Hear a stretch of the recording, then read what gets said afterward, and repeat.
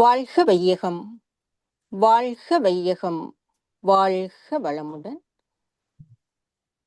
இறையருளும் குருவருளும் துணை இருக்க நிகழ்ச்சிக்கு செல்கிறோம். இது கனடா ஸ்கை யோகா மன்றத்தின் சிறப்பு சிந்தனையுரை நிகழ்ச்சி. இந்நிகழ்ச்சிக்கு இணையதளம் வாயிலாக வருகை தந்துள்ள அனைத்து அன்பர்களையும் வாழ்த்தி வரவேற்கிறோம்.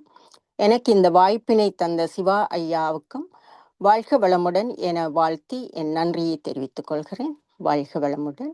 இன்று நமக்கு சிந்தனை உரை வழங்க நம்முடன் இணைந்திருப்பது பெருமதிப்புக்கும் பேரன்புக்கும் உரிய பேராசிரியர் அருட்செல்வி அம்மா அவர்கள். அம்மா அவர்களுக்கும் நம் மன்றத்துக்குமான தொடர்பு கிட்டத்தட்ட 8 வருடங்கள் ஆக தொடர்ந்து ஒவ்வொரு மாதமும் சிறப்பு சிந்தனையுரை ஆற்றி வருகிறார்கள். எனவே அம்மாவை பற்றி தெரியாதவர்கள் இருக்க முடியாது. ஆகவே நேரடியாக நிகழ்ச்சிக்கு செல்கிறோம். அருட்பேராற்றலின் அன்பு குரல் என்ற தலைப்பின் கீழ் மகரிஷி கவிகளுக்கு தொடர் விளக்கம் அளித்து வருகிறார்கள். அந்த வகையில் சென்ற மாத அமர்வில் இருப்பு நிலை வெளியும் இயக்க நிலை அலையும் இணைந்த நிலை காந்தம் என்ற தலைப்பில் அமைந்த கவி கூறும் காந்த தத்துவத்தை சிறப்பாக விளக்கியுள்ளார்கள். அதன் தொடர்ச்சியாக இன்று அருட்பேராற்றலின் அன்பு குரல் பாகம் 6 இணைந்திருக்கிறோம். கனடா ஸ்கை யோகா மன்றத்தின் சார்பில் அம்மா அவர்களை வணங்கி வாழ்த்தி வரவேற்று இன்றைய சிறப்பு சிந்தனை உரையை வழங்குமாறு மிகவும் பணிவன்புடன் கேட்டுக்கொள்கிறோம். வாழ்க வளமுடன் அம்மா.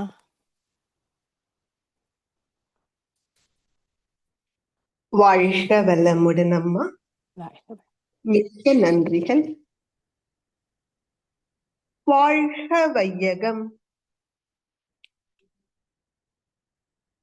வாழ்க வையகம், வாழ்க வளமுடன். குருவே துணை. குரு வணக்கம். எப்பொருளை, எச்செயலை, எக்குணத்தை, எவ்வுயிரை ஒருவர் அடிக்கடி நினைந்தால் அப்பொருளின் தன்மையாய் நினைப்போர் ஆற்றல் அறிவினிலும் உடலினிலும் மாற்றம் காணும். இப்பெருமை இயல்பூக்க நியதியாகும். எவர் ஒருவர் குருவை மதித்து ஒழுகினாலும் தப்பாது குரு உயர்வு மதிப்போர் தம்மை தரத்தில் உயர்த்தி பிறவி பயனை நல்கும்.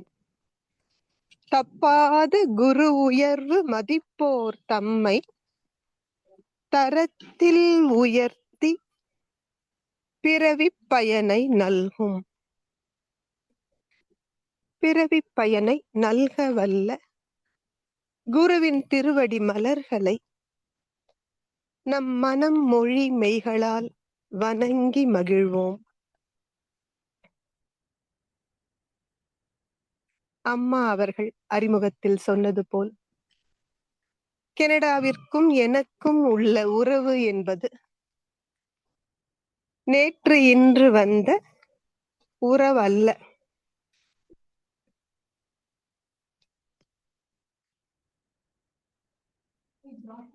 சில காலம் பழகி இருந்தாலும் அந்த பழக்கத்தை மிக உயர்வாக நினைத்து பெரியவர்களது வழக்கம். எனவே கனடாவிற்கும் எனக்குமான இந்த உறவு அருட்தந்தை சொன்னது போல ஓசையில்லாத வார்த்தைகள் போல. கனடாவில் நிறைய பேருக்கு என் முகம் கூட தெரியாது. ஆனாலும் இந்த உறவின் இனிமை என்னவோ ஒருபோதும் குறையவே இல்லை. அது உயிர் உணர்வின் அடிப்படையில் அமைந்ததாலோ என்னவோ நாளும் நாளும் வளர்ந்து கொண்டே வருவதை பார்க்கிறோம்.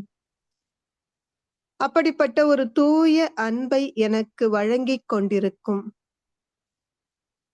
கனடா ஸ்கை சென்டரின் தகைமை சான்ற தலைவர் நம் அனைவரது வணக்கத்திற்கும் வழிபாட்டிற்கும் உரிய சிவசங்கரம் ஐயா அவர்களுக்கும் அவரது அன்பு துணைவியாருக்கும் எனது முதல் வணக்கங்கள். ஐயா அவர்களுக்கு பல வகையிலும் ஒத்துழைப்பு நல்கி கனடா ஸ்கை சென்டரை திறம்பட நடத்தி கொண்டிருக்கும் சான்றோர் பெருமக்கள் அனைவருக்கும் எனது பணிவான வணக்கங்கள். வாழ்க வளமுடன் என்ற இனிய நல்வாழ்த்துக்கள். இந்தியாவில் இருந்தும் இணையதளம் வழியாக இந்த இணைப்பில் இணைந்து கொண்டிருக்கும் மதிப்புமிக்க சிந்தனையாளர்கள் ஒவ்வொருவருக்கும் என்னுடைய பணிவான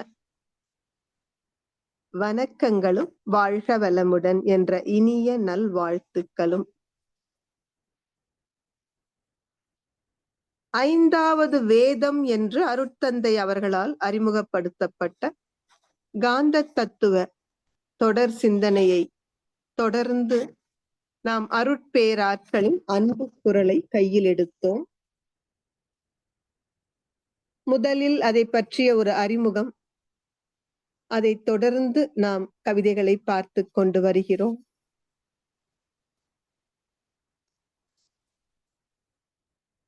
இன்றைக்கு இறை அன்பின் வினை விளைவு நீதி என்கிற தலைப்பில் அமைந்த கவிதையை நாம் பார்க்க இருக்கிறோம்.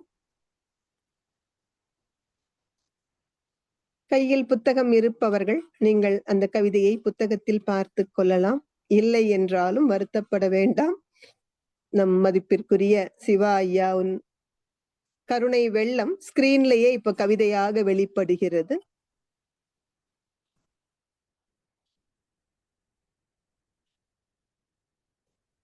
இந்த கவிதை அருட்பேராற்றலின் அன்பு குரலில் சரியாக பாதியாக இருக்கும் கவிதை. மொத்தம் 10 கவிதைகள். இது 5வது கவிதை. அருட்தந்தை தலைப்பிலேயே என்ன சொல்கிறார் பாருங்க. இறை நீதி என்பது வினை விளைவுன்னு நமக்கு தெரியும். ஆனா இறை அன்பின் வினை விளைவு நீதி. அப்போ தலைப்பிலேயே நமக்கு ஒரு குறிப்பு கொடுத்துறார். ஏதாவது ஒரு துன்பம் நமக்கு வருதுன்னா பொதுவாக கடவுளை நொந்து கொள்ளும் பழக்கம் நம்மில் பெரும்பாலோருக்கு உண்டு. பாழா போன கடவுளுக்கு கண்ணே இல்ல, எல்லா துன்பமும் எனக்கேதானா, பட்ட காலிலே படும் கெட்ட குடியே கெடும்னு சோதனை மேல் சோதனை போதுமடா சாமி என்று சோர்ந்து போகிறோம். ஆனால் அருட்தந்தை என்ன சொல்கிறார்கள்? இறை என்பது அன்பும் கருணையுமானது. அப்படிப்பட்ட அன்பும் கருணையுமே வடிவெடுத்த இறை எப்பவாவது நமக்கு துன்பம் தருமா?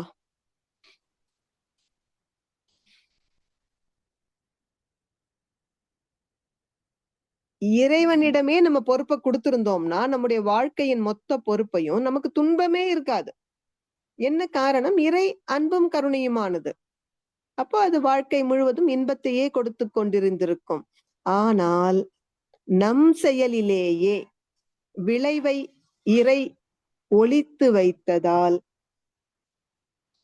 நாம் தவறான செயல்களை செய்கிறோம். விளைவாக துன்பத்தை அனுபவித்து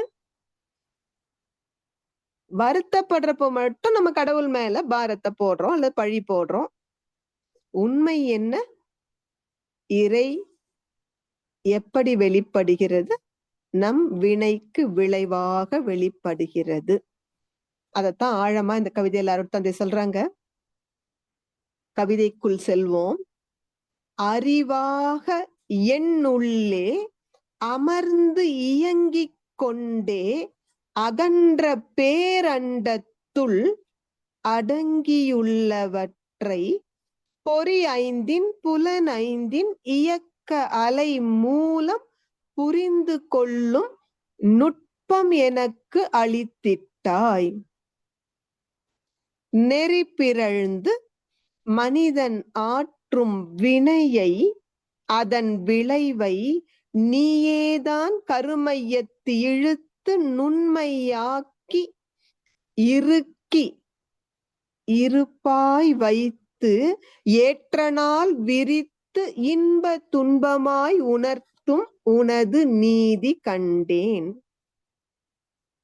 ஒவ்வொரு வார்த்தையும் ஆழ்ந்து படிக்கிற பொழுது நமக்கு பிரமிப்பை தருகிறது. எப்படித்தான் அருட்தந்தைக்கு இப்படி வார்த்தைகள் வந்து விழுகின்றன என்பது புரியவில்லை. அவரே அதற்கு பதிலும் சொல்கிறார். நான் எழுதல, ஏட்டினில் கை மட்டும்தான் பேப்பர்ல இருக்கான் அவருக்கு. எண்ணம் அகண்டாகாரம், அந்த பிரபஞ்சத்தோடு தன்னுடைய அறிவை இணைத்துக் கொள்கிறார். அப்ப என்ன நடக்கிறதாம்? இயற்கை ரகசியம் மலர்ந்து எழுத்தாய் மாறும். ஆக இயற்கையே தன்னை வெளிப்படுத்திக் கொள்கிறது. அதனால்தான் அருட்தந்தை முன்பே சொன்னார்கள் அல்லவா, ஓசையே இல்லாத சொற்கள், ஒலியே இல்லாத காட்சிகள், இவையெல்லாம் அந்த அகண்டாகாரத்தில் அறிவை இணைக்கும் பொழுது சாத்தியமாகிற உண்மைகள். அப்ப அருட்தந்தை இந்த கவிதையில என்ன சொல்ல வருகிறார்? அறிவுக்கு திருக்கோவில் எழுப்பியவர் அல்லவா, அறிவை அறியணும். உண்மையில் நாம எல்லோரும் இதை கொஞ்சம் அடிக்கோடிட்டு நினைவில் நிறுத்தணும். ஏன்னா நாம வருவது அறிவு திருக்கோயில். இங்க தமிழகத்துல கூட சொல்லுவாங்க, சிவன் கோவிலுக்கு சைவர்கள் போவாங்க, விஷ்ணு கோவிலுக்கு வைணவர்கள் போவாங்க. பெருமாள் கோவிலுக்கு வைணவர்கள் தானே போகிறார்கள். கிறிஸ்டியன்ஸ் சர்ச்சுக்கு போனா, முஸ்லிம்ஸ் மாஸ்க்கு போனா, அறிவு திருக்கோவிலுக்கு அனைவரும் வரலாம். சைவர்கள், வைணவர்கள், கிறிஸ்துவர்கள், இஸ்லாமியர்கள், புத்த மதம், ஜைன மதம், எதை சார்ந்தவர்களும் வரலாம். என்ன காரணம்? அறிவில்லாத நபர் யார்? நாம் அதை பயன்படுத்துகிறோமா இல்லையாங்கிறது அடுத்த கேள்வி. ஆனால் அறிவில்லாமல் ஒருவரும் இல்லை. ஏனெனில் இறைவன் அறிவாகத்தானே உறைந்திருக்கிறான். அதனாலதானே பாரதி ரொம்ப அழகா சொன்னார், புதிய ஆத்திச்சூடி. நாம கூட இப்போ நம்முடைய ஆன்லைன் செஷன்ல தினமும் புதிய ஆத்திச்சூடி தான் சிந்தித்துக் கொண்டிருக்கிறோம். தொடக்கத்திலே பாருங்க, அச்சம் தவிர்ங்கிறார்.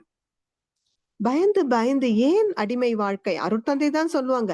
நம்ம நினைச்சுக்கிட்டோம் பாரதிய ஒரு சாதாரண தேச விடுதலைக்காக பாடிய ஒரு விடுதலை கவின்ட்டு. உண்மையில் அவர் பாடியது ஆன்ம விடுதலைக்கு என்று அருட்தந்தை சொல்லுவாங்க. லிபரேஷன் ஆஃப் த சோல்னு சொல்றான் பாத்தீங்களா? எப்போ எனக்கு விடுதலை கிடைக்கும் இந்த பிறவி தொடரில் இருந்து? வள்ளல் பெருமான் கூட சொல்வார், படமுடியாது இனித்துயரம் படமுடியாதரசே பட்டதெல்லாம் போதும். பிறந்து இறந்து பிறந்து இறந்து அலுத்து விட்டது. பட்டினத்தார் ரொம்ப அழகா சொல்வார், எத்தனை முறைதான் பிறக்கிறது? மாதா உடல் சலித்தால். பிறந்து பிறந்து அந்த அன்னையின் உடல் நொந்து விட்டது. 2 திங்களாய் அங்கமெல்லாம் நொந்து அழுது பெற்றதுதானே குழந்தை. அப்போ மாதா உடல் சலித்தால் வல் வினையேன் கால் சலித்தேன். வார்த்தையை பாருங்க, ஏன் பிறக்கிறேன்னா வினையின் காரணமாக பிறக்கிறேன். அதான் பெரியவங்க சொன்னாங்க, வினைப்பதிவே ஒரு தேகம் கண்டாய். அருட்தந்தை பாடுவார் இல்ல, வினைப்பதிவாம் சுமையை விடுத்து தூய்மை பெறவே நினைவாய் உடல் எடுத்தேன். நிலம் மீது வீழ்ந்த பின்னே எனை மறந்தேன், எந்தன் வினை மறந்தேன், இறைவா உனை மறந்தேன், ஆனால் நீ உள் நிறைந்தெனை மீட்டு. ஏன் வந்து பிறந்தோம் பூமியில? வினைப்பதிவின் காரணமாக. ஆனா பிறந்த பிறகு நோக்கத்தை மறந்துட்டோம். இந்த வினைகளை தூய்மை செய்து கொண்டு இனி பிறவா நிலை பெற வேண்டும்ங்கிறத மறந்ததால நம்ம வினைய மட்டுமா மறந்தோம்? இறைவனையும் சேர்த்து மறந்துட்டோம். ஆனால் இறைவன் என்ன செய்கிறான்? நம் உள்ளிருந்து நம்மை வழிநடத்துகிறான். அதான் பட்டினத்தார் அழுத்துக்கிறார், மாதா உடல் சலித்தால் வல்வினையேன் கால் சலித்தேன். கோவில் கோவிலா ஏறி இறங்கி வினை போன பாடில்ல. என்ன காரணம்? இங்க செயலை தூய்மை செய்யாமல் எத்தனை கோவிலுக்கு போனாலும் என்ன பிரயோஜனம்? சிவவாக்கியர் சொல்லுவார்ல, நட்ட கல்லும் பேசுமோ நாதனுள் இருக்கையில். உள்ள கண்டுபிடிக்காம வெளியில போய் என்ன பண்றது? திருமூலர் ரொம்ப அழகா கேட்பார், உள்ளத்தின் உள்ளே உலபல தீர்த்தங்கள் மெல்ல குடைந்து நின்றாடார் வினை கெட பல்லமும் மேடும் பறந்து திரிவரே கள்ள மனமுடை கல்வி இல்லோரே. வினை கெடணும்னா என்ன பண்ணணும்? உள்ளத்தில் இருக்கிற இறைவனை உணரணும். ஆனா பல்லமும் மேடும், இப்ப பட்டினத்தார் சொன்ன மாதிரி, வல்வினையேன் கால் சலித்தேன் நடந்து நடந்து, வேதாவும் கை சலித்து விட்டான். பிரம்மதேவன் என் தலையில ஒவ்வொரு பிறவிதோறும் தலையெழுத்தை எழுதி எழுதி அவன் கையே ஓஞ்சு போச்சு. அதனால இப்ப சிவபெருமான்கிட்ட கேட்கிறார், நாதா இருப்பையூர் வாழ் சிவனே இன்னுமோர் அன்னை கருப்பையூர் வாராமற்கா. போதும்பா, இதுக்கு மேல ஒரு அன்னையின் வயிற்றில் பிறக்க வைக்காதே. அப்படி ஆன்ம விடுதலைக்காக பாடிய கவிஞர் மகாகவி பாரதி. நாம அவர் சாதாரணமா நினைச்சோம். இந்த அச்சம் தவிர்னு தொடங்குகிற புதிய ஆத்திச்சூடிக்கு ஒரு இறைவணக்க பாடல் எழுதுறார் பாருங்க பாரதி. எப்படி கொண்டு வந்து அங்க அறிவை நிறுத்துறார் பாருங்க.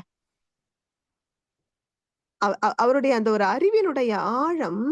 அதனாலதான் தமிழர்கள் வேலை அறிவின் அடையாளமாக சொல்வாங்க. ஏன் முருகப்பெருமானை தமிழ் கடவுள் என்று சொல்கிறார்கள்? அறிவே தெய்வம் என்பதை ஆழமாக நம்பிய சமூகம் தமிழ் சமூகம். நடுவுல கொஞ்சம் பக்கத்தை காணோம். அதனால இன்று அவதிப்படுகிறோம்.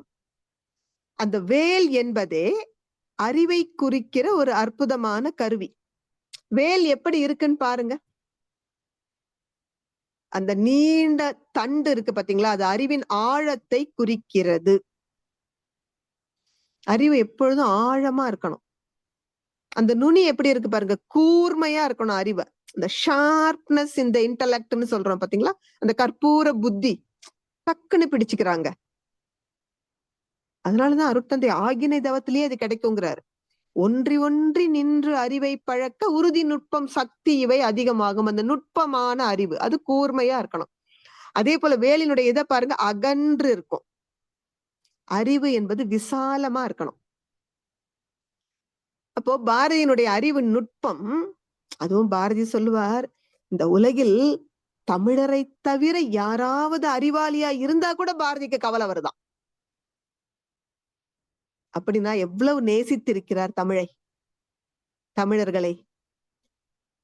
ஆத்திச்சூடிக்கு இறைவணக்கம் பாடுகிற கவிதையை எப்படி தொடங்குறார் பாருங்க.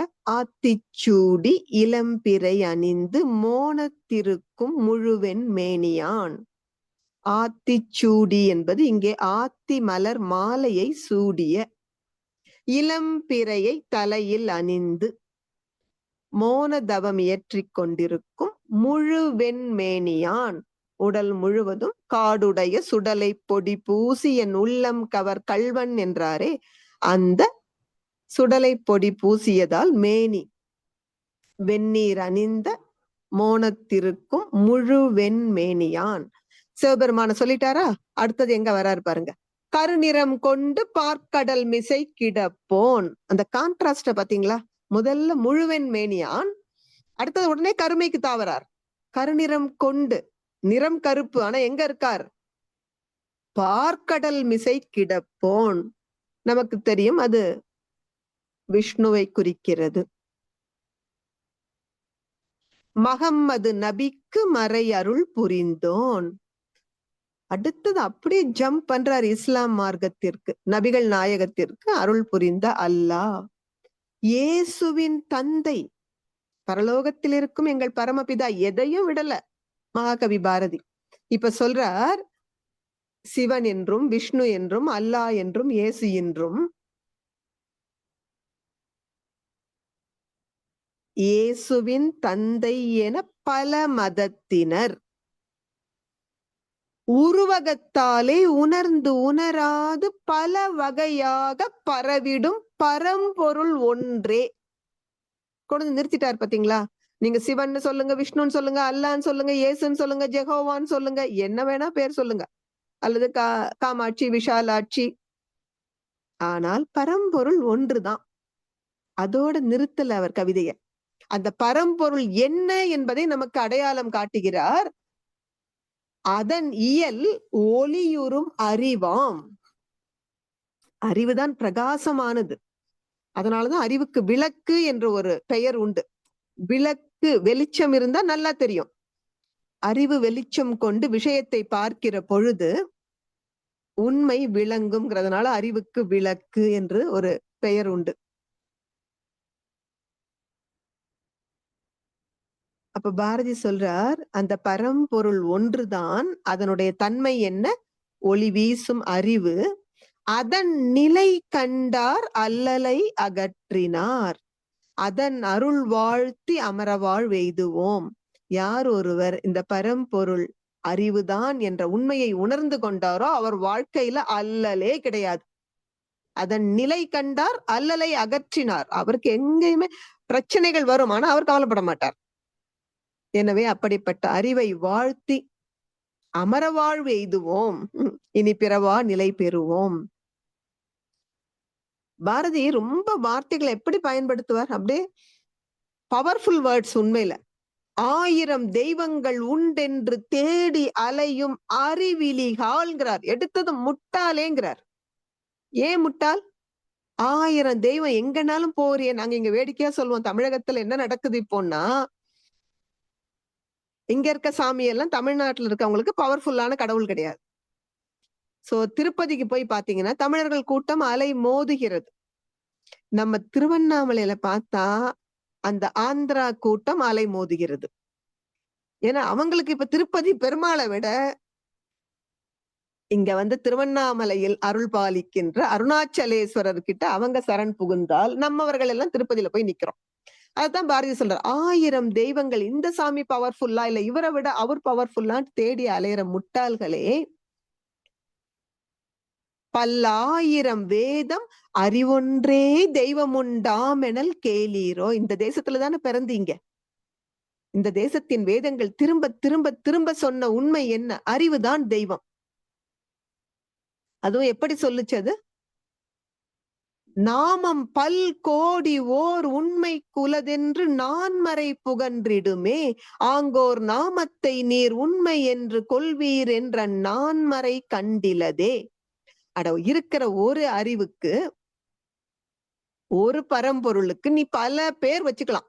இப்ப சொன்ன மாதிரி சிவன், விஷ்ணு, அல்லாஹ், யெகோவா, இயேசு, என்ன வேணா வச்சுக்கலாம்ப்பா. ஆனால் அது குறிப்பிடுகின்ற உண்மை பொருள், மெய்ப்பொருள் ஒண்ணுதான். ஒரு பாட்டில்ல இருக்க தண்ணியை நம்ம தண்ணிங்கிறோம். ஆங்கிலம் மட்டும் தெரிந்தவர்கள் வாட்டர்னாங்க, இந்தியில இருக்கவங்க பானின்னாங்க. இந்த பக்கம் கேரளா போனீங்கன்னா வல்லம்னு சொல்லுவாங்க, ஆந்திராவுல நீலு. நீ என்ன வேணா பேர் சொல்லு, அது குறிக்கின்றது தண்ணீரைத்தானே.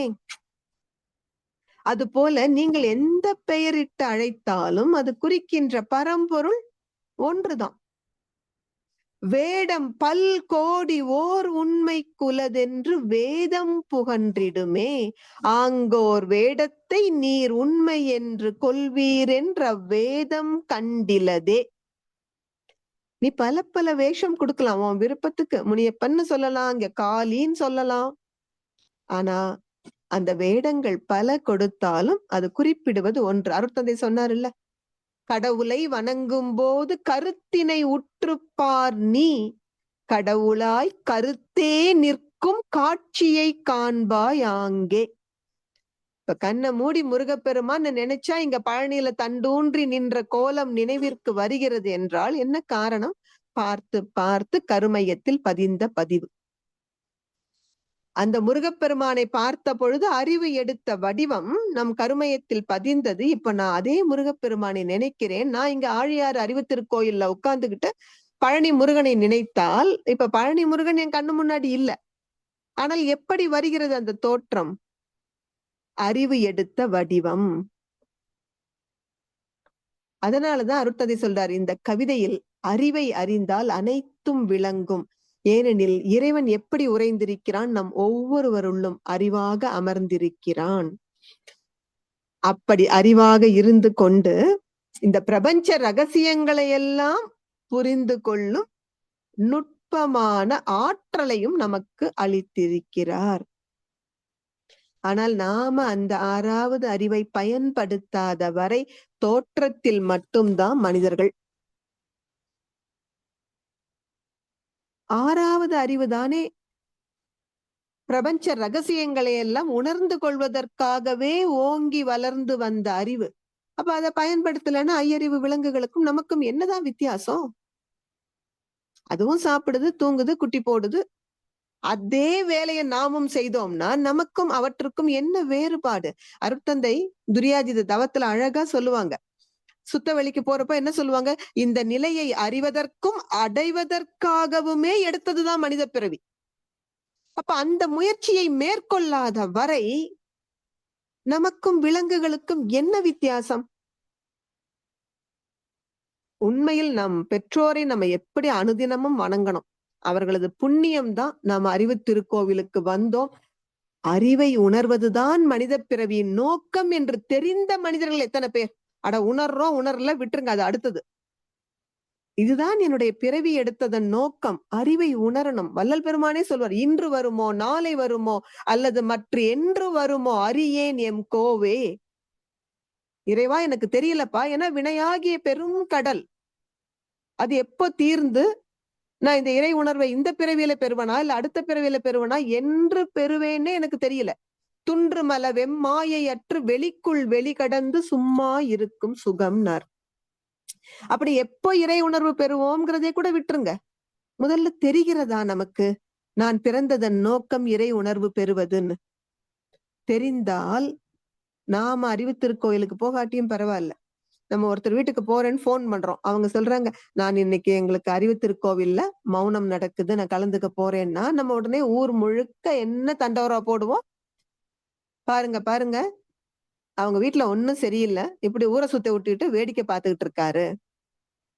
வீட்டுக்கு ஒரு விருந்தாளி வரேன்னு சொல்றேன், நல்ல ஒரு குடும்ப பொண்ணா லட்சணமா என்ன இருந்து ரிசீவ் பண்ணாம அவங்க ஏதோ மன்றத்துக்கு மௌனத்துக்கு போறாங்களாம். இதெல்லாம் உருப்படுற கேஸா?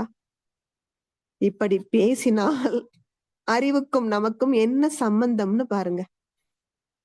அப்ப அருட்தந்தை என்ன அழகா சொல்றாரு பாருங்க. இந்த அறிவை கொண்டுதான் இந்த பிரபஞ்ச ரகசியங்களை நான் உணர முடியும். அதுவும் எப்படி உணர்கிறேன் பாருங்க. புலன் 5. அதனாலதான் ஞானேந்திரியங்கள் பேரு. நம்ம மெய்வாய் கண் மூக்கு செவிக்கு ஞானேந்திரியங்கள். நீங்க எந்த இன்பத்தையும் இந்த 5 புலன்கள் மூலமாகத்தானே அனுபவிக்க முடியும். நீங்கள் உண்மையில் தமிழர்களது அறிவு கூர்மைக்கு என்ன பெரிய சான்றுனா, புலன் இன்பம் நமக்கு தெரியும். இப்போ தமிழர்கள் எப்படி வகைப்படுத்துகிறார்கள்னா, ஒரு புலனுக்கு மட்டும் இன்பம் தருவது ஓகே, அப்புறம் 2 புலனுக்கு, இப்படியே படிப்படியா உயர்த்திக்கிட்டே வராங்க. இப்ப உதாரணமா நல்ல அழகான ஒரு தாமரை மலர் மலர்ந்திருக்கு. நீங்க பார்த்து மகிழ்ச்சியா ரசிக்கிறீங்க, உங்க கண்களுக்கு இன்பம் கிடைத்தது. அந்த மலரை தூக்கி நீங்க மூக்குல போட முடியுமா? இல்ல காதுக்குள்ள போட முடியுமா? ஒரு புலனுக்கு இன்பம் கிடைச்சது. இப்ப அடுத்தது இன்னும் கொஞ்சம் மேல போறாங்க. 2 புலனுக்கு இன்பம் கொடுக்கிறது. நல்ல ஒரு மல்லிகை பார்த்தாலும் இன்பம், முகர்ந்தால் அந்த வாசனையும் இன்பம். மறுபடியும் இப்ப என்ன பண்ண முடியாது, நம்ம காதுக்குள்ள போட முடியாது, மூக்குக்குள்ள போட முடியாது. இப்ப இன்னும் கொஞ்சம் உயர்ந்த அம்மா வீட்டுல பாயசம் செஞ்சிருக்காங்கன்னு வைங்க. நம்ம சொல்றோம், ஆஹா அம்மா, இந்த 3 ரோசஸ்க்கு சொல்லுவாங்கல்ல, என்ன சொல்றாங்க, the taste of the tea, the smell of the tea, அப்படி colour, the color of the tea. பாக்குறதுக்கும் இந்த பாயசம் எப்படி இருக்குங்க, அப்படியே மேல முந்திரி நெய் எல்லாம் மிதக்குது. உங்க கண்ணுக்கு இன்பம், சுவைக்கிறீங்க, நாவில் இட்டு அமிர்தம் மாதிரி இருக்கு. அப்போ வாய்க்கும் அது இன்பம். அதுல போட்டிருக்க அந்த பச்சை கற்பூரம், ஏலக்காய் எல்லாம் மணக்கிறது. உங்கள் மூக்குக்கும் அது இன்பம் கொடுக்கிறது. ஆனா நீங்க என்ன பண்ண முடியாது, அதை காதுல ஊத்த முடியாது. இப்ப இவர்கள் என்ன செய்கிறார்கள், இந்த புலன் இன்பத்தை அப்படியே கொஞ்சம் உயர்த்தி உயர்த்தி கொண்டு வந்து, அட உச்சகட்டமா என்ன பண்ணலாம், 5 புலனுக்கும் ஒரு சேர இன்பம் கொடுக்கிற இன்பம் தான் தலைமை இன்பம்னு சொல்லணும் இல்லைங்களா? ஏன்னா இருக்கிறது 5 புலன் தான். திருவள்ளுவர் ரொம்ப அழகா காமத்து பாலை எழுதுறார். இந்த 5 புலனுக்கும் ஒரு சேர இன்பம் கொடுப்பது என்னன்னா, ஒரு ஆணுக்கு பெண்ணும் பெண்ணுக்கு ஆணும் கொடுக்கிற இன்பம். கண்டு கேட்டு உண்டு உயிர்த்து உற்று அறியும் 5புலனும் ஒண்டொடி கண்ணே உல. 5 புலன்களுக்கும் ஒரு சேர இன்பம் கொடுப்பவள் ஒளி பொருந்திய வளையல்களை அணிந்த இந்த அழகிய தலைவி. பெண்ணுக்கானால் அந்த அழகிய தலைவன் வச்சுக்கலாம்.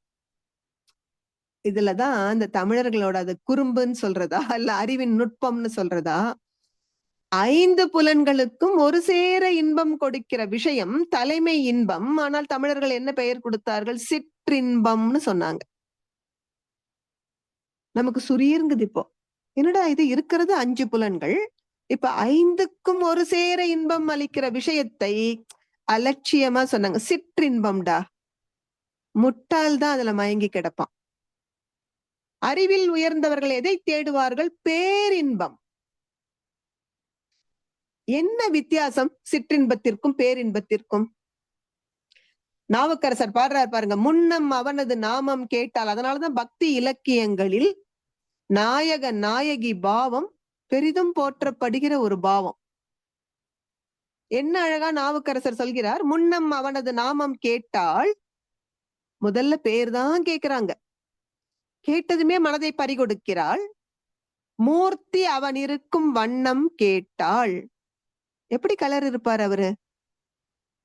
பின்னை அவனது ஆரூர் கேட்டாள். எந்த ஊர்க்காரங்க? இவ்வளவுதான் கேட்டா. பேர் கேட்டா, ஊர் கேட்டா, அவருடைய அழகு, தோற்ற பொலிவு. பெயர்த்தும் அவனுக்கே பிச்சியானால், பைத்தியம் பிடிச்ச மாதிரி ஆயிட்டாலாம்.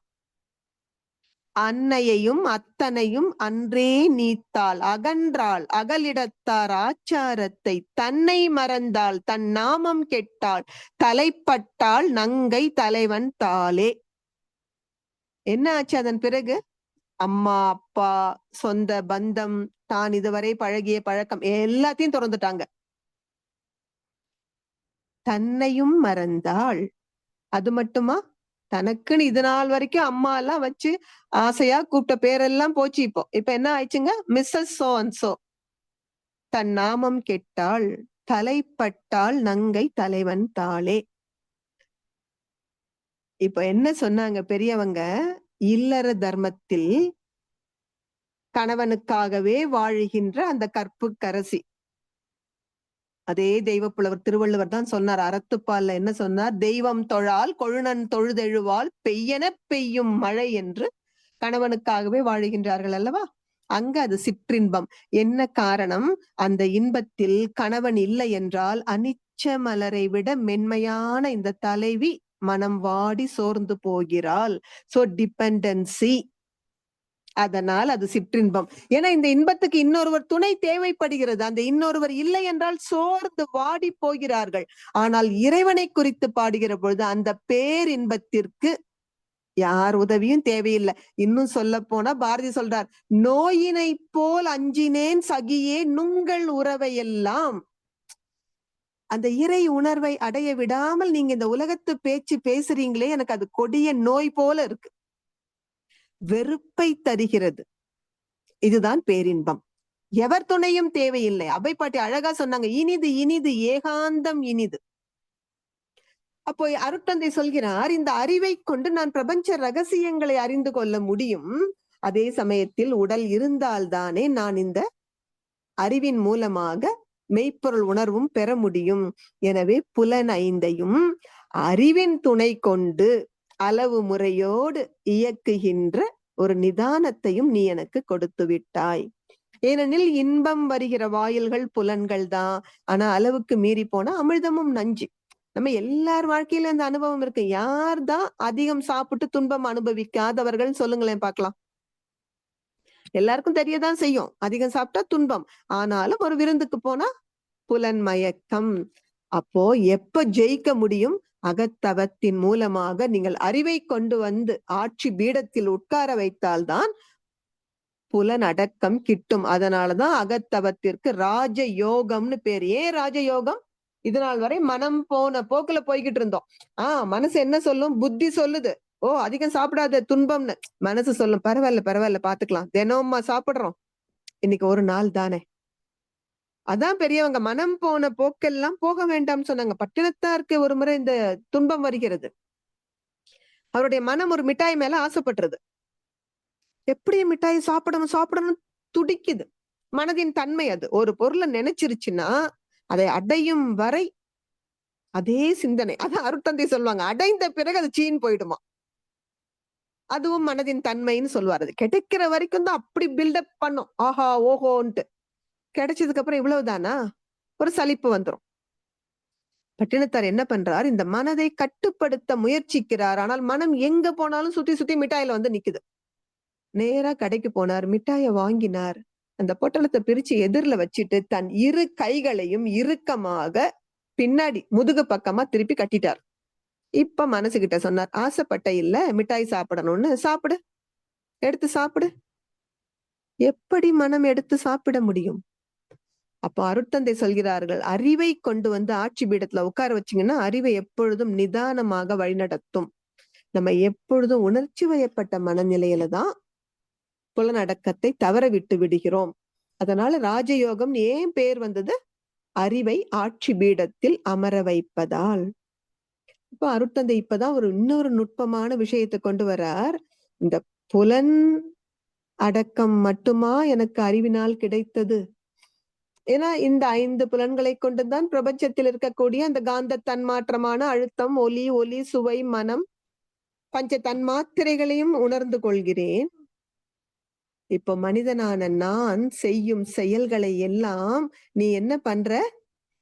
இழுத்து என்னுடைய கருமையத்திலேயே சுருக்கி அங்க ஒரு ஸ்டோர் ஹவுஸ் இருப்பு வச்சிட்டு சரியான சமயத்துல அது விரித்து இன்ப துன்பமாய் உணர்த்துகின்ற உன் நீதியும் உணர்ந்து கொண்டேன். இது எத்தனை அழகா அருட்தந்தை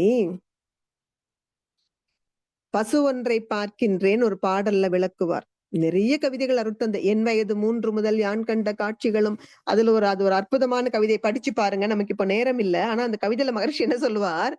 சொன்ன சொற்கள், செய்த செயல், செய்ய நினைந்த சோடனைகள் அத்தனையும் என்ன விதமாய் அறிவில் பதிந்ததோ எண்ணும் போது இவையெல்லாம் ஒவ்வொன்றாய் எடுத்துக்காட்டும் தன்மை என்ன தனித்தனியே தோன்றல் ஏனோன்னு கேட்பார். அதுல என்ன சொல்றார்? நான் சொன்ன சொல்லு செய்த செயல் மட்டும் இல்லப்பா, செய்யணும்னு நினைச்சு செய்யாம விட்டேன் பாரு, அதையும் நீ இருப்பு வச்சுட்ட என் கருமையத்துல. இல்லைன்னா சொல்லி காட்டுறோம் இல்ல, என்னது உங்க அக்கா வீட்டு கல்யாணத்துக்கா கூப்பிடுறீங்க? நீங்க வேணா மானங்கெட்டு போய் போகலாம். ஆனா எனக்கு இன்னும் மறக்கலைங்க. 10 வருஷத்துக்கு முன்னாடி உங்க அக்கா பல பேர் இருந்த சபையில என்ன கேள்வி கேட்டாங்க. நான் அன்னைக்கே சுட சுட கொடுத்திருக்கணும் அவங்களுக்கு. ஆனா நான் ஒண்ணு பதில் பேசாம இருந்துட்டேன். நம்ம பேசல. ஆனா அது எவ்வளவு தூரம் நமக்குள்ள பாதிப்பை ஏற்படுத்தி இருக்கு. அடடா பேசாம விட்டுட்டனே. அதான் மகர்ஷி சொல்றார். செய்ய நினைந்த சோடனைகள், செய்யணும்னு நினைச்சு செய்யாம விட்டோம் பாத்தீங்களா, அதுவும் கருமையத்துல பதிஞ்சிருக்கு. இந்த ஒரு நுட்பம் புரிந்து விட்டால் வாழ்க்கை எப்பொழுதுமே இன்பமயமாக இருக்கும். அப்பர் பெருமான் சொன்னது போல இன்பமே எந்நாளும் துன்பமில்லை. என்ன காரணம்? உணர்ச்சி வயப்பட்டு செயல் செய்யவே மாட்டோம். என்ன அழகா அருட்தந்தை சொல்றாரு பாருங்க. அதாவது அந்த சயின்ஸ கொண்டு வந்து அப்படி எளிமையா, அதனாலதான் அவர் காமன் மேன்ஸ் பிலாசபர். சாதாரண மனிதர்கள் நான் அடிக்கடி நினைச்சுப்பேன், எனக்கும் அறிவியலுக்கும் ரொம்ப தூரம். எனக்கு கூட புரிய வச்சுட்டாரு அப்படின்னா அருட்தந்தையனோட பெருமையை என்ன சொல்றதுன்னு பாருங்க. ஒரு சாதாரண காட்சி, பசு ஒன்றை பார்க்கின்றோம். எல்லாரோட வாழ்க்கையில இந்த அனுபவம் இருக்கும். நீங்க இப்ப கனடாவில இருந்தாலும் நான் சொன்னது உங்க மனசுல கட்டாய மனத்திரையில் ஒரு பசுவினுடைய வடிவம் வந்து சேர்ந்திருக்கும். பார்த்த காட்சி கண்ணில் பார்வையிலே கொசு அளவில் பதிந்து காட்ட காண்போம். நாம பாக்குறது பசு. அந்த பசு ஒரு 6 அடி நீளம் இருக்கு, 4 அடி உயரம் இருக்கு. நான் பாத்துக்கிட்டு இருக்கேன்.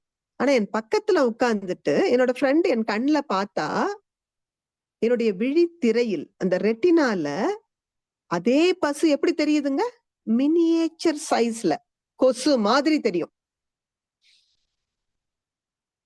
இப்ப அருட்தந்தை அடுத்த கட்டத்துக்கு நம்மள தூக்குறார். நீ பார்க்கிற காட்சி பசு, அதே பசு உன் கண்ணுல கொசு மாதிரி இருக்கு. அதே பசு உன் மூளைக்கு போறப்போ ஒரு டாட் தான், புள்ளியாதான் போகுது. பாருங்க எப்படி எப்படி வந்து அது அந்த சட்லர்னு சொல்லுவோம்ல, அப்படி நுண்மையா போகுது பாருங்க. அங்க வெளியில பசு, கண்ணு வந்தப்போ கொசு. கண் என்பது புலன் தான், பொறி. இப்போ பசு உருவம் மூளையிலே அழுத்த புள்ளி வடிவாய் பதிந்து அதன் நிழல் வடிவம் பரவும் அலை அலையாய். எப்படி அப்படியே நம்மள வந்து ஒரு ஒரு படியா மேல தூக்குறாரு பாருங்க. பசு கண்ணுல கொசுவாச்சு மூளைக்கு போனா டாட்டு. அது மட்டும் இல்லப்பா, அங்க அது வேவா கன்வெர்ட் ஆகி நம்ம உடம்புல இருக்க அந்த பயோமேக்னெட்டிக் ஃபீல்டு மூலமா நேரா போய் கருமையத்துல அந்த ஸ்டோர் ஹவுஸ்ல சேர்ந்துருது.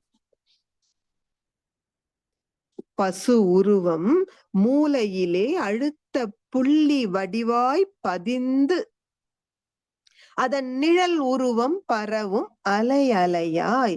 பசு உருவம் ஜீவகாந்த பரநிலையில் ஆழ்ந்து பரவி இருப்பாகிவிடும் ஜீவகாந்த களத்தில். பசு மற்ற பதிவு எல்லாம் மனச்சுழலுக்கேற்ப பருத்து மூளை செல் விரிக்க எண்ணமாக மலரும். பசு பார்த்தோம், கண்ணுல கொசுவாச்சு, மூளையில ஒரு புள்ளி ஆச்சு, அலை அலையாக ஜீவகாந்தத்தின் மூலமாக போய் நம்ம கருமையத்துல உட்கார்ந்துருச்சு. அதன் பிறகு நீங்க எப்ப நினைத்தாலும் கருமையத்திலிருந்து அந்த எண்ணம் மூளை செல்கள் மூலமாக, அதனாலதான் மூளைக்கு மேக்னிஃபையிங் மெஷின்னே பேரு, விரித்து காட்டப்பட்டு நமக்கு எண்ணமாக சொல்லாக செயலாக மலர்கிறது. இதுலயும் ஒரு நுட்பம் சொல்லி கொடுக்கிறார் அருட்தந்தை. பசு மட்டும் இல்லப்பா, எந்த பதிவுமே மனச்சுழலுக்கேற்ப பருத்து மூளை செல் விரிக்க எண்ணமாக மலரும். மனச்சுழலுக்கேற்ப அந்த ஃப்ரீக்வன்சிய பாருங்கிறார். எந்த ஃப்ரீக்வன்சில உள்ள அனுப்புனீங்களோ அதே ஃப்ரீக்வன்சில தான் வெளியே வரும். என்ன எக்ஸாம்பிள்? நம்ம குழந்தைங்க மார்க் கம்மி ஆவாங்கன்னா நம்ம திட்டுறோம். சில சமயம் நமக்கு ஒரு ஆச்சரியம் கூட, டே அன்னைக்கு என்கிட்ட நல்லா தானடா படிச்சு ஒப்பிச்ச, அதே கொஸ்டின் தானே வந்திருக்கு, ஏன் இப்படி கோட்டை விட்டுட்டு வந்து நிக்கிற? அப்ப குழந்தை என்ன சொல்லுது, எனக்கும் தெரியலம்மா, எப்படியோ எக்ஸாம் ஹால்ல மறந்துட்டேன். என்ன நடந்தது? படிக்கிற பொழுது அந்த குழந்தையின் மன அலைச்சுழல், வீட்டுல ஒரு அமைதியான சூழ்நிலை ஏற்படுத்தி கொடுத்திருந்தோம், அது 18, 19 மனப்பாடம் பண்ணி நல்லா நம்ம கிட்ட ஒப்பிச்சுது. எக்ஸாம் ஹாலுக்கு போச்சு, ஏதோ பதட்டம், டென்ஷன், நெர்வஸ்னஸ்ல படிச்சதெல்லாம் மறந்து போச்சு. என்ன காரணம்? இப்ப அலைச்சுழல் அது 20, 22க்கு போயிடுச்சு. உள்ள போட்ட பதிவு 18, 19ல, 22ல எப்படி வெளியே எடுக்க முடியும்? எக்ஸாம் ஹாலை விட்டு வெளியே வந்தது, ஃப்ரெண்ட்ஸோட ஜாலியா எல்லாம் பேசிட்டு இருக்க பொழுது டக்குன்னு ஃபார்முலா ஞாபகம் வருது. அந்த குழந்தை சொல்லுது, அட பாழா போன ஃபார்முலா, எக்ஸாம் ஹால்ல என்ன யோசிச்சு எனக்கு ஞாபகம் வரல, இப்ப வருதே. என்ன காரணம்? இப்ப மன அலைச்சுழல் படிப்படியா இறங்கி 18க்கு வந்துருச்சு. 18ல என்ன உள்ள போட்டோமோ அது வெளியே வருது. குழந்தைகளுக்குன்னு இல்ல, நமக்குமே இந்த அனுபவம் இருக்கும். எத்தனை பேர் கார் சாவியை வச்சுட்டு தேடுறாங்க, எவ்வளோ தேடியும் கிடைக்காது. போய் தொலையுது, நான் பைக் எடுத்துட்டு போறேன் இன்னைக்கு ஆபீஸ்க்கு. போய் அங்க ரெட் சிக்னல் விழுந்துருச்சு. அப்போ அவருக்கு தோணுது, அடடடடா, கார் சாவி இந்த குழந்தை கையில கிடைச்சா ஒரு வழி பண்ணிடுவான் நினைச்சு நான் தானே குளிக்க போறதுக்கு முன்னாடி பீரோ மேல வச்சேன். ஆனா வந்து எப்பொழுதும் கார் சாவி மாற்ற இடத்துல இல்ல இல்ல இல்லன்னா எப்படி கிடைக்கும்? ஏன் எனக்கு அது அப்ப நினைவுக்கு வரல? ஆபீஸ் கிளம்புற அவசரத்துல கார் சாவியை குழந்தை கையில கிடைக்க கூடாதுன்னு பீரோ மேல வச்ச பொழுது அது அலைச்சுழல் 18. ஆனால் பரபரப்பாக ஆபீஸ்க்கு டைம் ஆச்சு, கிளம்புற பொழுது 20, 22க்கு வந்துருச்சு, 18ல உள்ள போட்டது இப்ப வரல. சிக்னல்ல வெயிட் பண்றேன், என்னுடைய மனம் நிதானமா இருக்கு. அதே 18 அலைச்சுழல் வந்த பொழுது கார் சாவிய இந்த இடத்துல வைத்தேன்னு நினைவுக்கு வருகிறது. அதைத்தான் அருட்தந்தை சொல்றார். பசு மட்டும் இல்லப்பா, எந்த பதிவை நீ உள்ள போட்டாலும், எந்த மன அலைச்சுழல்ல உள்ள போட்டியோ அதே அலைச்சுழல்ல தான் நீ வெளியே எடுக்க முடியும். அதனாலதான் நம்ம பெரியவங்க பதறாத காரியம் சிதறாதுன்னு சொல்லி கொடுத்தாங்க. ஹேஸ்ட் மேக்ஸ் வேஸ்ட். அந்த நிதானமா பதறாமல் இருக்கணும்னா அகத்தவம் ஒன்றுதான் அதற்கான வழி. அதனால இத்தனை அற்புதமாக இந்த செயலுக்கு விளைவு என்பது, இப்போ அந்த ரகசியத்தை நீங்க புரிஞ்சுக்கோங்க. இத புரிஞ்சுக்கிட்டா நமக்கு எப்பொழுதுமே எவர் மீதும் வெறுப்புக்கு இடமே இல்லை. என்ன காரணம்? செயல் விளைவு என்பது என்னவா? இறை அன்பினுடைய நீதி. இறைவனது நீதி கூட இல்ல, இறை அன்பின் வினை விளைவு நீதி. அப்போ எனக்கு துன்பம் வேண்டாம்னு நினைக்கிறவங்க என்ன பண்ணக்கூடாது? தப்பான செயல் செய்யக்கூடாது. திருவள்ளுவர் எத்தனை அழகா சொல்லிக் கொடுக்கிறாரு பாருங்க. நோய் எல்லாம் நோய் செய்தார் மேலவாம். துன்பம் யாருக்கு வரும்? நோய் செய்தாருக்கு. யார் துன்பம் கொடுக்கிறார்களோ அவர்களுக்கு துன்பம் வரும். நோய் செய்யார் நோயின்மை வேண்டுபவர். அப்ப துன்பம் வேண்டாம்னு நினைக்கிறவர் என்ன செய்ய மாட்டார்? துன்பம் கொடுக்க மாட்டார். என்ன அழகான குரல் பாருங்க. நோய் எல்லாம் நோய் செய்தார் மேலவாம். யாருக்கு துன்பம் வரும்? யார் ஒருவர் மற்றவருக்கு துன்பம் கொடுத்தாரோ. பிறர்க்கின்னா முற்பகல் செய்யின் தமக்கின்னா பிற்பகல் தாமே வரும்னார். யாரும் கூட்டிட்டு வர வேண்டாம்ப்பா, அது அப்படியே வந்து சேரும். காஸ் அண்ட் எஃபெக்ட் சிஸ்டம் தானே. அந்த செயின், அந்த லிங்க் அங்க இருக்கு. நம்ம கண்ணுக்கு தெரியல. கண்ணுக்கு தெரியலங்கிறதுக்காக இல்லைன்னு ஆயிடாது. அதை ஞாபகம் வச்சுக்கோங்க. அருட்தந்தை ரொம்ப அழகா சொல்லுவாருல்ல, பகல்ல போய் வானத்துல அண்ணாந்து பார்த்தா நட்சத்திரங்கள் நமக்கு தெரியறதில்லை. நமக்கு பகல்ல தான் தெரியாது. ஒருத்தர் பார்ன் பிளைண்ட், பிறவி குருடர், அவருக்கு எப்பவும் தெரியாது, இருட்டிலையும் தெரியாது. அதனால நட்சத்திரங்கள் இல்லை என்றா பொருள்? என்ன அழகா அருட்தந்தை சொல்றார். பட்ட பகலில் வானில் மீன்கள் தோன்றா, பார்வையில்லார்க்கவை எந்த நாளும் காணா. அதனால இல்லைன்னு ஆயிடுமாப்பா. எட்டவில்லை அறிவிற்கென்றால் உள்ள இயற்கை தத்துவம் எங்கே ஒளிந்து கொள்ளும்னாரு. உன் அறிவுக்கு இப்ப எட்டல. இன்னும் கொஞ்சம் அகத்தவத்தின் மூலமாக அலைச்சுழலை குறைத்து அறிவை நுண்மையாக்கி கொண்டே வந்தால் உனக்கும் ஒரு நாள் எட்டும். ஆனா அதற்காக இயற்கை தத்துவம் இல்லைன்னு சொல்லிடாத. அப்ப எனக்கு செயல் விளைவு என்ற அந்த ஒரு நுட்பமான சங்கிலி தொடர் புரியலங்கிறதுக்காக அது இல்லைன்னு ஆயிடாது. பெரியவங்க எத்தனை அழகா சொன்னாங்க. மாதா பிதா செய்ததெல்லாம் மக்கள் தலைமையில, நான் செய்யறதை என் பிறவி காலத்திற்குள்ளேயே என்னால் அனுபவிச்சு தீர்க்க முடியலன்னா நான் குழந்தைக்கு கேபிட்டலா கொடுத்துட்டு போயிட்டேன் கருமைய பதிவாக. அதனாலதான் நல்லதை கொடுங்கன்னு சொல்றோம். இந்த அறிவு இருந்ததுன்னா சொத்து சேர்த்துறதுல மெனக்கடவே மாட்டோம். நீங்க சொத்தை சேர்த்து கொடுத்து என்ன பிரயோஜனம்? அறிவில்லாத குழந்தை அத்தனையும் தொலைச்சிட்டு நிக்கும். அறிவை மட்டும் கொடுத்து பாருங்க, அந்த குழந்தை பல மடங்கு சொத்து சேர்த்தும். அதனால குழந்தைகளுக்கு நம்ம உண்மையா கொடுக்கிற சொத்து என்னவென்றால் உயர்ந்த கருமையம், தூய்மையான கருமையம். நான் இந்த புனிதமான ஆழியார் அறிவு திருக்கோவில்ல நேற்று இரவு அறிவு திருக்கோவில்ல ஹொசூர் மண்டலத்து அன்பர்களிடம் நம்முடைய இப்போ மாஸ்டர் டிகிரி அட்மிஷன் போய்கிட்டு இருக்கு, அதை பத்தி பேசுற பொழுது நான் சொன்னேன், இந்த புனிதமான இடத்துல நான் உட்கார்ந்து இருக்கேன்னா நான் அடிக்கடி என்னோட அப்பாவை நினைச்சுப்பேன். ஏன்னா என் தந்தையார் உட்கார்ந்திருந்த இடம் இது. அப்ப நான் இங்க அறிவு திருக்கோவில் வரப்பெல்லாம் நினைப்பேன், அப்பா நீங்க என்னெல்லாம் மனசுல நினைச்சீங்க இங்க உட்கார்ந்துட்டு? ஏன்னா எனக்கு எல்லாரும் சொல்லுவாங்க, அம்மா நாங்க சுவாமிஜி வகுப்பு எடுக்கிற பொழுது அப்பாவை அவரோட வலது பக்கத்துல உட்கார்ந்துதான்மா பார்த்திருக்கோம், ஒரு நாள் கூட ஒரு இடம் மாத்தி உட்கார்ந்தது இல்ல. அப்ப நான் நினைச்சேன், ஏன்னா நான் நல்ல பேங்க்ல ஒரு பீக் பெர்ஃபார்மன்ஸ் பீரியட்ல இருக்கேன் அப்போ.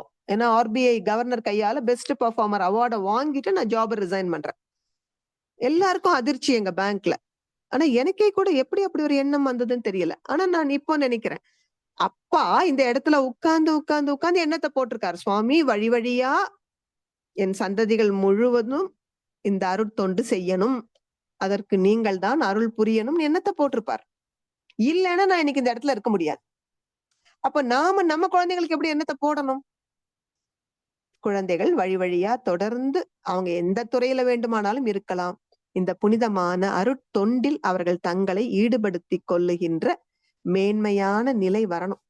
பாரதி சொல்வார், வித்தை கிரைவா கணநாதா மேன்மை தொழிலில் பணி எனையே. என்னை கொண்டு போய் ஒரு மேன்மையான தொழில விடு. எது மேன்மையான தொழில்? இறை உணர்வு பெறுவதற்காக முயற்சி செய்வதுதான். அதனால அருட்தந்தை சொல்றார், உங்கள் வாழ்வில் துன்பம் இருக்கிறது என்றால் அது விளைவுதான். இந்த துன்பத்திற்குரிய செயல் நம் மூலமாக அல்லது நமது முன்னோர்கள் மூலமாக எப்பொழுதோ செய்யப்பட்டு விட்டது. எய்தவன் இருக்க அம்பை நோவதேன்னு பெரியவங்க சொல்லுவாங்க இல்லையா? அப்ப இன்றைக்கு விளைவு வந்திருக்குப்பா, இந்த விளைவை நொந்து கொண்டு என்ன பயன்? வினை முடிந்து விட்டது, நீ வினையை அழிச்சு எழுத முடியாது. இப்போ இதை அனுபவித்துதான் தீர்க்கணும். இதை அனுபவிச்சு தீர்த்துட்டேன்னு வச்சுக்கோ, அட்லீஸ்ட் புதிய வினையை ஏற்படுத்திக்காம இருக்கலாம். அல்லது இங்கேயும் முரண்பட்டு எல்லாரையும் திட்டி குவிச்சோம்னா புதிய வினையை சேர்த்து கொண்டே போகிறோம். ஏன் அருட்தந்தை நமக்கு தவத்தின் நிறைவில் இன்னல் புரிவோர் எதிரிகளாய் நினைப்போர் எவரேனும் இருப்பின் அவர்களும் உளம் திருந்தி நல்வாழ்வு வாழ கருணையோடு வாழ்த்துவோம்ங்கிறார். என்ன காரணம்? தீதும் நன்றும் பிறர் தர வாரா. யார் ஒருவரும் அவர் விருப்பம் போல் நமக்கு நன்மையும் செய்ய முடியாது, தீமையும் செய்ய முடியாது. நம்முடைய வினையின் விளைவுதான் இறை ஆட்சியில் நீதியாக வெளிப்படுகிறது. இந்த தத்துவம் நமக்கு ஆழமா புரிகிற பொழுது எப்பொழுதும் எவர் மீதும் நமக்கு வருத்தமோ வெறுப்போ பகையுணர்ச்சியோ வரவே வராது. அதற்காகத்தான் அருட்தந்தை இந்த இறை அன்பின் வினை விளைவு நீதின்னு சொல்றார். நம்ம இன்னும் கூட ஒரு கவிதை ரொம்ப நேரடியாக பொருள் தருகிற ஒரு கவிதை ஏற்கனவே கூட சிந்திச்சிருக்கோம்னு நினைக்கிறேன். சிறு தவறு பெருந்துன்பம் விளைத்தல் கண்டு சிலர் வினையின் பயன் கொள்கை தவறென்பார்கள். சின்ன தப்பு தானே நான் பண்ணேன், எனக்கு ஏன் இவ்வளவு பெரிய துன்பம்? மலை விழுங்கி மகாதேவன் மாதிரி அவன் எல்லாம் ஊரை அடிச்சு ஒலையில போட்டவன் ஜம்முன்னு இருக்கான். ஆனா எனக்கு இவ்வளவு துன்பமா? நொந்து கொள்கிறோமே. அப்ப போச்சா வினை விளைவு தத்துவம் பிழைச்சு போச்சுன்னு சொல்றோம். சிறு தவறு பெருந்துன்பம் விளைத்தல் கண்டு சிலர் வினையின் பயன் கொள்கை தவறென்பார்கள். ஒரே முடிவா சொல்லிட்டாங்க. ஆனா அருட்தந்தை கேட்கிறார், கடைக்கு போய் 1 கிலோ சக்கரை குடுன்னு கேக்குறப்பா கடைக்காரன் என்ன பண்ணுவான்? தராசை எடுத்து இடது பக்கம் 1 கிலோ எடைகள் வச்சுட்டான். வலது பக்கம் சர்க்கரையை அள்ளி அள்ளி வச்சுக்கிட்டே வர்றான். 500 கிராம் வந்துச்சு, 600 கிராம் வந்துச்சு, 900 கிராம் வந்துச்சு. இப்பொழுதும் தராசு தட்டு நேர் ஆகல.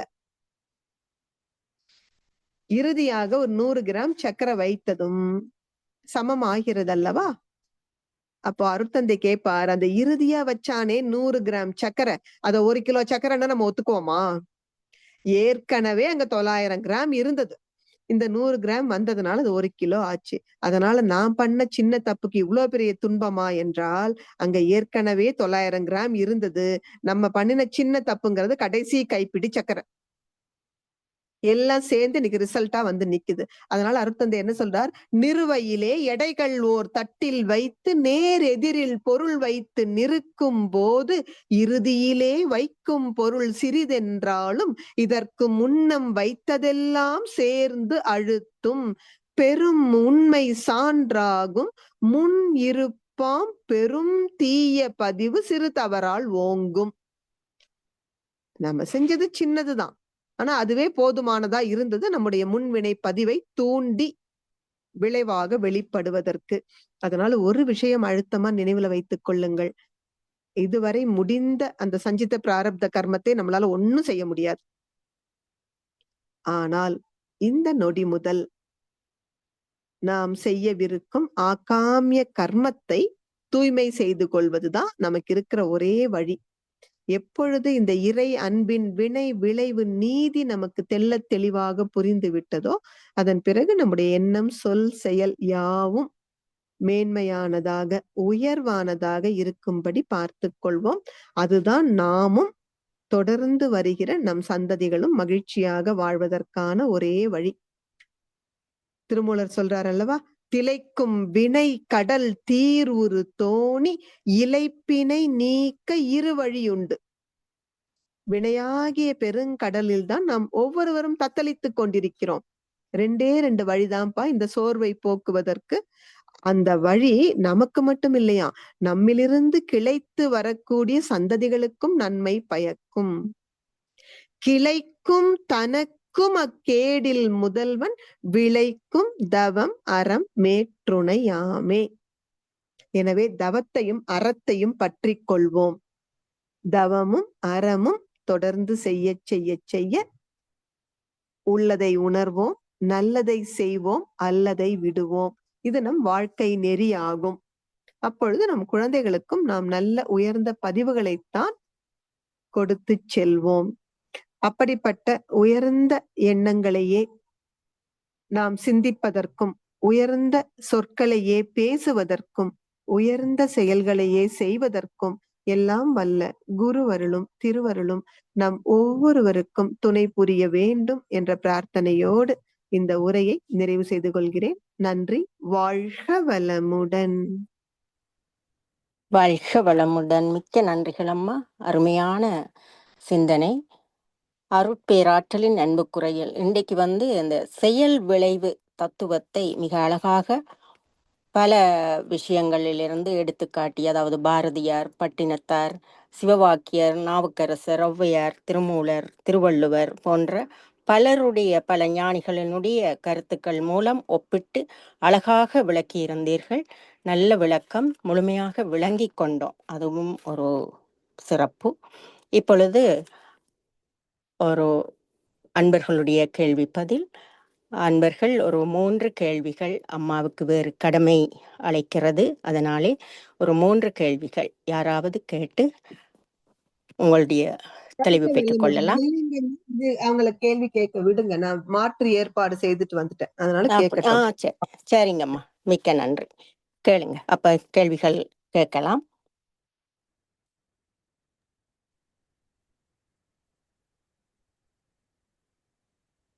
வாழ்க வளமுடன் அம்மா. ஐயா வாழ்க வளமுடன். வாங்க, எப்பொழுதும் ஓப்பனிங் பேட்ஸ்மேன் நீங்க தான். நான் ஆரம்பிச்சு வைக்கிறேன், மற்றவர்கள் தொடர்ந்து கேட்பார்கள் நம்புறேன். இந்த கவிதைகளை கடைசி வரிக்கு முதல் வரிசை வரை இறுக்கி இருப்பாய் வைத்து ஏற்ற நாள் விரித்து இன்ப துன்பமாய் உணர்த்தும் உனது நீதி கண்டேன். இந்த வரியிலே அந்த ஏற்ற நாள், அந்த ஏற்ற நாளுக்கான விளக்கத்தை தான் நான் கேட்கிறேன் அம்மா. அப்போ இந்த நாம் ஆற்றுகின்ற பதிவுகள் எல்லாம் தொடர்ந்து இடம்பெறுகின்றன. சஞ்சித கர்மத்திலிருந்து ஆரம்பித்து ஒவ்வொரு செயல்களும் அதனுடைய விளைவுகளும் பதிவு. அப்போ அது ஒரு கண்டினியூஸ் ப்ராசஸ் மாதிரி தினம் தினம் நடக்கின்றது. அந்த பதிவுகள்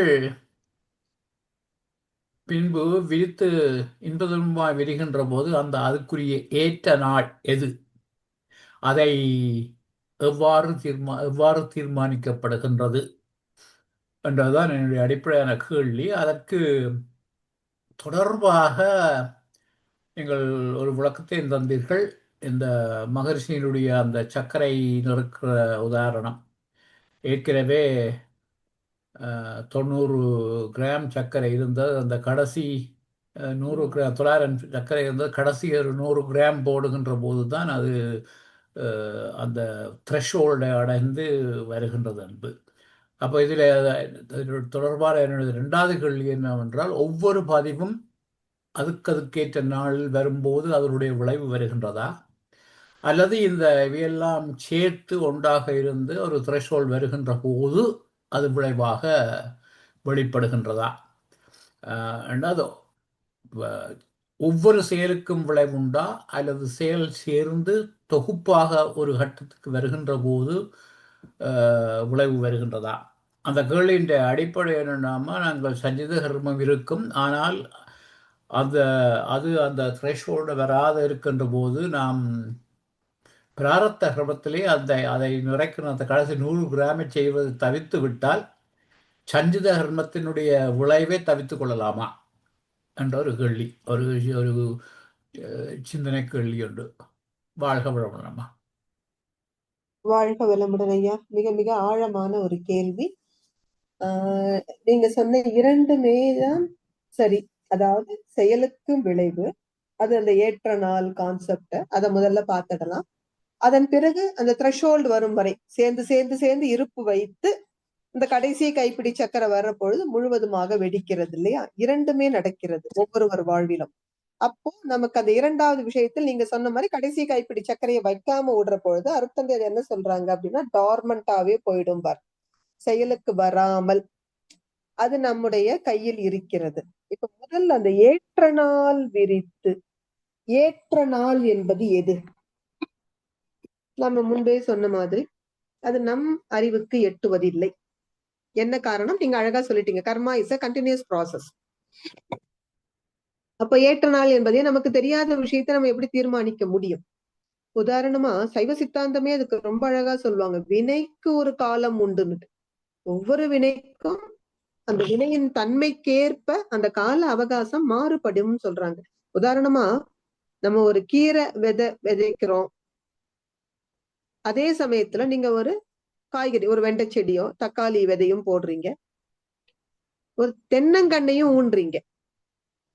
அப்போ கீரை செடி எவ்வளவு குறுகிய காலத்துல பலன் கொடுக்கிறது. அதை விட கொஞ்சம் அந்த வெண்டை செடியோ கத்திரி செடியோ அதிக நாள் எடுத்துக்கொள்கிறது. இந்த தென்னை மரம் மாமரம் எல்லாம் ஆண்டு கணக்கில் எடுக்கிறது. ஒரே நாள் தான் எல்லாத்தையும் விதைச்சோம். அப்போ ஏற்ற நாள் என்பது ஒன்னொன்னுக்கும் வேறுபடும். அதே போலதான் நம்முடைய வினைக்கும். அருட்தந்தை அந்த பாவப்பதிவுகளும் போக்கும் வழிகளும் சொல்லுவாங்க இல்லையா, பிராயச்சித்தம் மேல் பதிவு அடியோடு அழித்தல்ல சில விஷயங்களை உடனடியா சரி செய்ய முடியும். உதாரணமா வேகமா போனீங்க, ஒரு சகோதரி பால் எடுத்துட்டு போனாங்க, அவங்க மேல இடிச்சிட்டீங்க, பால் கீழே கொட்டி போச்சு. அருட்தந்தையர் ரொம்ப நுட்பமா ஒண்ணு சொல்லுவார், அந்த பால் கொட்டி போனதுக்கு மன்னிப்பு கேட்கறது மட்டும் பிராயச்சித்தம் இல்லம்பார். அவர்களுக்கு ஏற்பட்ட அந்த பொருள் நஷ்டத்தை நாம ஈடு கட்டணும். இதை நல்லா நினைவில் வச்சுக்கணும். அந்த பால் ஒரு 5 லிட்டர் பால்னா நம்ம அதை வாங்கி கொடுக்கணும் அவங்களுக்கு. வெறும் வாய் வார்த்தை நிச்சயமாக பிராயச்சித்தம் ஆகாது. அதனால இந்த மாதிரியான செயல்களுக்கு நீங்கள் உடனடியாக என்ன பண்ணலாம், தீர்வு காண முடியும். மற்றபடி நீங்க இப்ப சொன்ன மாதிரி 900 கிராம் சர்க்கரை வரும்பொழுதே ஒரு கேபிட்டல், தந்தை தாய் ஈருயிரும் ஒன்று சேர்ந்து தழைத்து ஒரு உடலாகி உலகில் வந்திருக்கிறோமே. இன்றைக்கு டாக்டர்ஸே என்ன சொல்றாங்க, மருத்துவ விஞ்ஞானத்துல பிறக்கும் போதே குழந்தை டயபெட்டிக்கா பிறக்குது. யார் தப்பு இது? மேனுஃபேக்சரிங் டிஃபெக்ட் அப்படிங்கிறாங்க. அம்மாவோ அப்பாவோ டயபெட்டிக்கா இருக்கும் பொழுது அந்த குரோமோசோம்ஸ் வழியாக, ஜீன்ஸ் வழியாக வந்துருச்சு குழந்தைக்கு. எனவே சிலது இது பருவுடலில் வெளிப்படுகிற நோய்களாவது தெரியுது. ஆனா ஒரு சில குழந்தை பாருங்க, எல்லாத்துக்கும் பயந்து நடுங்கும். எவ்வளவோ நம்ம சொல்லி சொல்லி வளர்த்தாலும் அந்த பயம் போகிறது இல்லை. என்ன காரணம்? அந்த குழந்தை கருவுற்ற நாளிலேயே அந்த அன்னையார் பயந்திருப்பாங்க. அது ஆழமான பதிவாயிருக்கும். இதெல்லாம் ஏற்ற நாள் எப்படி எப்பொழுது வெளிப்படும்ங்கிறது நம்ம கையில இல்லவே இல்லை. எனவே ஒரு புறம் அந்த செயலுக்கு விளைவு என்பது செயலின் தன்மையை பொறுத்து ஏற்ற நாள் கணக்கு வித்தியாசப்படுகிறது. மற்றொரு புறம் பொதுவாக நாம் செய்கின்ற நன்மைகள் தீமைகள் எல்லாமே சேர்ந்து சேர்ந்து சேர்ந்து இருப்பாகி அந்த கருமையம் என்கிற ஒரு தெய்வீக பெட்டகத்தில் இருப்பு வைக்கப்பட்டு சரியான தருணத்தில் வெளிப்படுகிறது. அதுதான் நீங்க சொல்ற மாதிரி த்ரெஷோல்டு வருகின்ற ஒரு நிலை, அந்த சரியான தருணம். அந்த சரியான தருணத்தை நடத்தி காட்டுகின்ற அந்த செயல் நடக்கிற வரைக்கும் நமக்குள்ள என்ன அடங்கி இருந்துச்சுன்னே தெரியாது. உதாரணமா ஒரு மாமரம் நீங்க இன்னைக்குதான் மாஞ்செடி நட்டிருக்கீங்க. ஒரு வருஷத்துல பாக்குற உங்க ஃப்ரெண்டு சொல்றாங்க, இது என்னது இது, இதை பார்த்தா காய்க்கிற மாதிரியே தெரியல அப்படின்னா, அதற்கு உரிய காலம் இன்னும் வரல. அந்த காலத்தில் அது பூக்கும் காய்க்கும் பலன் தரும். அதே போலத்தான் என்கிட்ட எல்லாம் பாவப்பதிவே இல்லைங்க. ஏன்னா மகரிஷி என்ன சொன்னார், பாவப்பதிவின் அடையாளம் என்ன, உடலில் நோய் உள்ளத்தில் கலங்கம் வாழ்க்கை சிக்கல், எனக்கு ஒண்ணும் கிடையாது, நான் நல்ல ஃப்ரீ மேன் அப்படின்னு சொல்லலாம். ஆனா உரிய காலத்தில் இந்த பதிவுகள் வெளிப்படுகிற காலத்தில் அது ஏதோ ஒரு துன்பமாக நோயாக வந்து சேரும். அதனால இன்னைக்கு என்கிட்ட எதுவுமே இல்லைன்னு சொல்ல முடியாது. ஆனா நீங்க சொன்ன மாதிரி அந்த கடைசி கைப்பிடி சர்க்கரையை நம்ம வைக்காத வரைக்கும் தள்ளி போட்டுக்கிட்டேதான் வரோம். அதற்குத்தான் தவமும் அறமும் தேவைப்படுகிறது. நன்றிங்க ஐயா, வாழ்க வளமுடன். ஏதாவது விடுபட்டுருச்சா? ஆன்சர் பண்ணிட்டேனா எல்லாத்துக்கும்? வாழ்க வளமுடன். நன்றி அம்மா. நன்றி அம்மா. நன்றி ஐயா. நளினி அம்மா கேளுங்கம்மா. அம்மா வாழ்க வளமுடன். வாழ்க வையகம், வாழ்க வையகம், வாழ்க வளமுடன். குரு வாழ்க, குருவே துணை. அம்மா நீங்க இந்த எக்ஸாம் பேப்பர் சொன்னீங்க இல்லைங்களா, வீட்டுல நல்லா சொன்னீங்க, ஏன் எக்ஸாம்ல அதை கோட்டை விட்டுட்டு வந்தேன்னு. அது அதனோட அர்த்தம் நாங்களே அந்த மாதிரி பண்ணியிருக்கோம், நானே அந்த மாதிரி பண்ணியிருக்கேன். ஏன்னடா இங்க நல்ல மகப்பணி நல்லா போட்டோம், எத்தனை ஆன்சர் கரெக்டா இருந்தது, அங்க போனா ஏன் வரலன்றது அதனோட அர்த்தத்தை நீங்க இன்னைக்கு சொன்னதுனாலதான் இன்னைக்கு என்னோட அறிவுக்கு அது விளங்குதுமா. அதே மாதிரி நம்மளோட குழந்தைங்க, வயிற்றுல பிறந்த குழந்தைங்க கூட அந்த சாக்ஸ் போடும்போது கூட இந்த ஒரு கணக்கு விட்டுட்டோமா, அந்த ஒரு கணக்கு நான் கத்து கொடுத்தேன்ல, அது இப்ப மைண்ட்ல இருக்கான்னு அந்த சாக்ஸை போட்டுக்கிட்டே சொல்லுவோம். ஆனா அதுவும் இருக்கு திருப்பி கரெக்டா சொல்லும். அங்க ஸ்கூல்ல போன உடனே பாத்தீங்கன்னா 98 தான் வரும். அந்த நம்ம சொல்லி கொடுத்தது மறந்துதான் வரும். அது அடிக்கடி சொல்லி கொடுத்ததுனால மறக்குதுங்களா, இல்ல அது பயத்தினால மறக்குதா? இத கொஞ்சம் தெளிவுபடுத்துங்கம்மா. வாழ்க வளமுடன். வாழ்க வளமுடன் அம்மா. அடிக்கடி சொல்லி கொடுக்கறதுனால எதுவுமே மறக்காது. அது இன்னும் ஆழமான பதிவாகத்தான் ஆகும். ஒரே ஒரு ஃபார்முலா தான். எந்த மன அலைச்சுழல்ல உள்ள போட்டோமோ அதே மன அலைச்சுழல்ல தான் வெளியே எடுக்க முடியும். நீங்க சாக்ஸ் போடுறப்போ சொல்லி கொடுத்திருந்தாலும், உணவு ஊட்டுறப்போ சொல்லி கொடுத்திருந்தாலும், அப்போ அந்த குழந்தை கவனிச்சு கேட்ட பொழுது இருந்த அதே அலைச்சுழல் எக்ஸாம் ஹால்ல மெயின்டைன் ஆச்சுன்னா அந்த குழந்தை எடுத்துரும் அந்த ஃபார்முலாவை வெளியே. அதான்மா ஏன் மெயின்டைன் ஆகல? ஏதோ பதட்டமாயிருக்கும் அந்த குழந்தை. என்ன காரணம் நமக்கு தெரியாது. ஒண்ணும் இருக்காதுங்க. ஆனா ஒரு கருமையத்துக்கு தெரியும் ஆன்சர் இல்லைங்களா? ஷீட் கேட்டிருக்கலாம். இல்ல ஒரு ஆன்சர் ஷீட் அந்த குழந்தை கேட்டிருக்கலாமா? அந்த இன்விஜிலேட்டர் அந்த ஹால்ல இருந்தவங்க ஏதோ கொஞ்சம் கடுமையா கூட பேசியிருக்கலாம். அந்த குழந்தை மனசு வாடி போயிருக்கும். அதாவது ஒரு சுருங்கி அப்செட் ஆன தருணத்துல மன அலைச்சல் மாறி போயிடும். என்ன காரணம்னு நம்ம சொல்ல முடியாது. ஆனா அது இது ஏன் அது நம்மளோட ஜெனடிக் சென்டர்ல அந்த கரெக்டா சொன்னது அந்த நிமிஷம் செகண்ட் மாறத்தோட காரணம். ஆனா நம்ம அதுக்காக ஒன்றும் ஃபீல் பண்ணல, பசங்களையும் ஃபீல் பண்ண வைக்கல.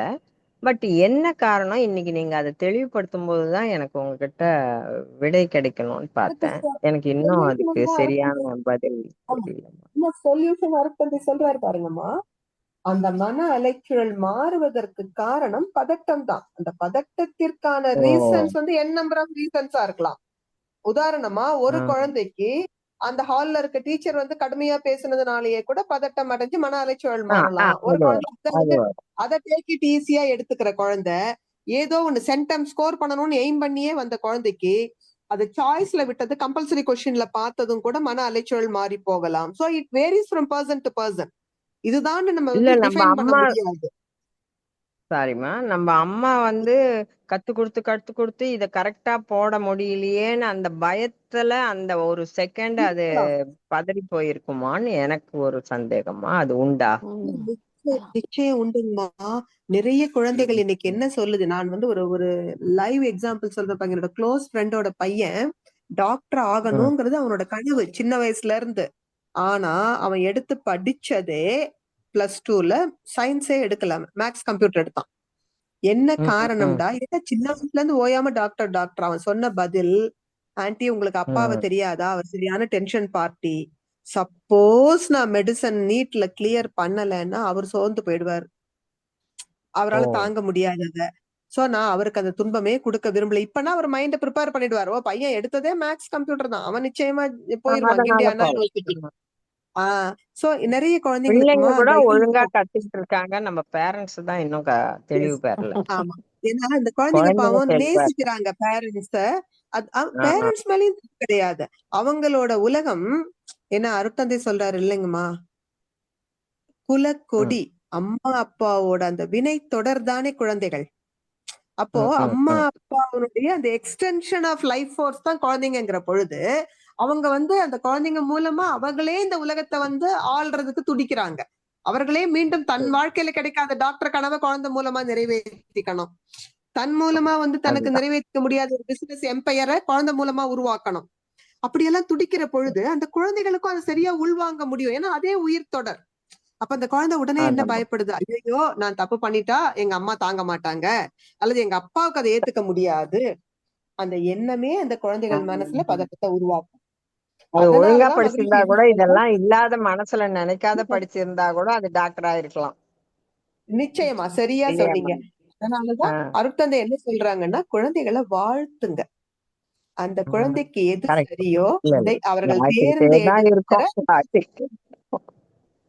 அப்ப அந்த குழந்தைக்கு எது சரியோ அதை தேர்ந்தெடுக்கிற பக்குவமும் அறிவுக்கு வந்துரும். தவம் அறம் ஷார்ட்டா அதுதான், தவமும் அறமும் செய்ய செய்ய எல்லாத்துக்கும் தீர்வு கிடைக்கும். வாழ்க வளமுடன். வேற யாராவது?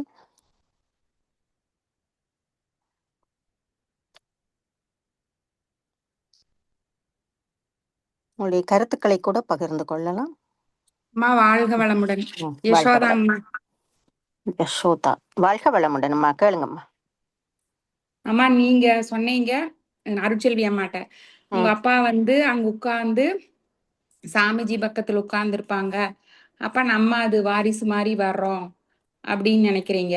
என்னோட எண்ணம் எப்படின்னாங்கம்மா, நான் அறங்காவலர் ஆனேன்னா மேபி அடுத்த தலைமுறை இல்ல அதுக்கு அடுத்த தலைமுறை அப்ப அது யோசிக்கும், நம்ம பாட்டியே ஆயிருக்காங்க, நமக்கு இப்போ இதுல இன்னும் ஈடுபாடு வரலனாலும் நம்ம பொருள்னால ஏதாவது செய்வோமா, இப்ப எண்ணமையா மாதிரி ஒரு 5 ஏக்கரா பூமியை நம்ம கொடுப்போமா அப்படின்னு நினைக்குங்கிறது என்னோட எண்ணம்மா.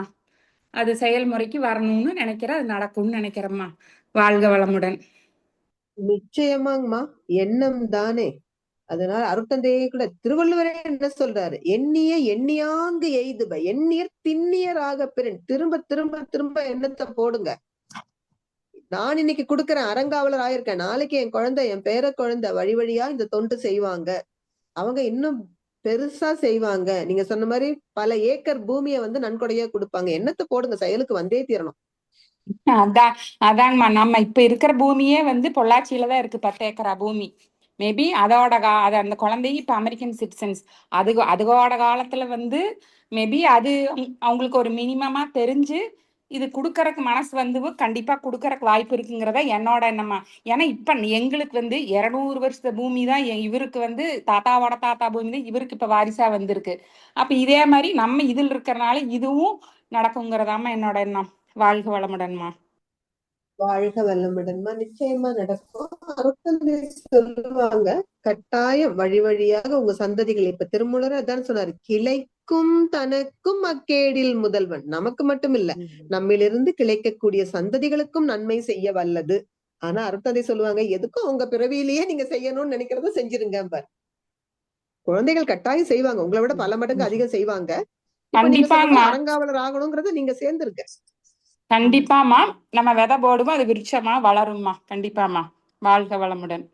வாழ்க வளமுடன். அம்மாவுடைய தெய்வீக எண்ணம் இது, தெய்வீக எண்ணம் நல்லபடியாக நிறைவேறும். வாழ்க வளமுடன். இல்லைங்கம்மா, இந்த நம்ம சாமிஜி பிளஸ் அருட்செல்வி அம்மாவோட அப்பா அவங்கள என்ன எண்ணத்துல அந்த இடத்துல இருப்பாங்க, நீங்க அந்த இடத்துலயே உட்கார்ந்து பேசுறீங்க. அதெல்லாம் நினைக்க நினைக்க பிரமிப்பா இருக்குதுங்கம்மா. வாழ்க வளமுடன். வாழ்க வளமுடன். அடுத்து சாந்தி கண்ணன், நீங்க கேளுங்கம்மா அம்மாவுடன் கேள்வி. அம்மா வாழ்க வளமுடன். அம்மா அம்மா வாழ்க வளமுடன். வாழ்க வளமுடன். அம்மா இப்ப என்னோட கேள்வி என்னன்னா, இப்ப எங்க பசங்க, நானே 45 வயசுக்கு அப்புறம் தான் வந்தேன். ஆனா என்னோட ஆசை என் பசங்க வந்துடணும், இதுல வரணும்னு சொல்லிதான் நான் வாழ்த்திட்டு இருக்கேன். ஆனா அந்த பசங்க இப்ப எல்லாம் கேட்கவே மாட்டேங்குது. காயக்கல்பம் பண்ணுன்னா இர்ரெகுலர் பீரியடா இருக்கு, காயக்கல்பம் பண்ணு உனக்கு சரியாகும்னா கேட்கவே மாட்டேங்குது. அந்த மாதிரி சூழ்நிலை அவங்க இன்னும் எப்படிமா நம்ம நல்லா எடுத்துட்டு வர்றது? வாழ்க வளமுடன் அம்மா. அம்மா கேக்குதா அம்மா? நீங்க எனக்கு கேக்குது, நான் பேசுறது கேக்குதா உங்களுக்கு? கேக்குதுமா, சொல்லுங்க. அதாவதுமா, அருட்தந்தை என்ன சொல்றாங்கன்னா, சோர்ந்து போகாம வாழ்த்தணும். உதாரணமா, சொன்னதும் கேட்கிற குழந்தைக்கு நீங்க ஒரு முறை வாழ்த்தினா போதும், கேட்காத குழந்தைக்கு பல முறை வாழ்த்தணும். இன்னும் சொல்ல போனா குழந்தை கேட்கிற வரைக்கும் பொறுமையா வாழ்த்தணும். இப்ப சொன்ன அதே உதாரணம் தான். இன்னைக்கு இந்த மாமரம் பூக்கல காய்க்கல, அதனால அது என்னைக்குமே பூக்காது காய்க்காதுன்னு அர்த்தம் இல்ல. அதற்குரிய பருவம் இன்னும் வரல. அது போல உங்க குழந்தைகளுக்கு அந்த உரிய பருவம் வரும், அப்ப நிச்சயம் கேட்பாங்க, அது பூத்து காய்த்து மலரும். அதனால நீங்க சோர்ந்து போகாம வாழ்த்து மட்டும் தொடர்ந்து வாழ்த்துங்கம்மா. அருட்தந்தை சொல்லுவாங்க, நான் 10 வருஷமா வாழ்த்துறேன், என் வாழ்க்கை துணைவர் மாறலன்னு சலிச்சுக்கிறீங்களே, 10 வருஷமா தானே வாழ்த்துறீங்க. அவர் பல பிறவிகளா தொடர்ந்து அங்க சஞ்சித கர்ம மூட்டைய வச்சிருக்காரு. 10 வருஷம் வாழ்த்திட்டு, அதனாலதான் நமக்கு அந்த கால நீளம்ங்கிறது நம்ம இந்த ஒரு பிறவியை அடிப்படையாக வைத்துதான் யோசிக்கிறோம். ஆனா சோலான லாங் ஜேர்னிங்கிறாங்க, மிக நீண்ட நெடும் பயணத்துல நம்ம இருக்கிறோம். அருமையம்மா, அம்மா நன்றி அம்மா. நான் பாதிரத்து அப்புறம் தான்மா வந்தேன். வாழ்க வளமுடன். வாழ்க வளமுடன். நம்ம ரெக்கார்டிங் இருக்கும், எப்ப வேணாலும் கேட்டுக்கலாமா. நன்றி அம்மா, நன்றி. வாழ்க வளமுடன். வாழ்க வளமுடன். வேறு யாராவது?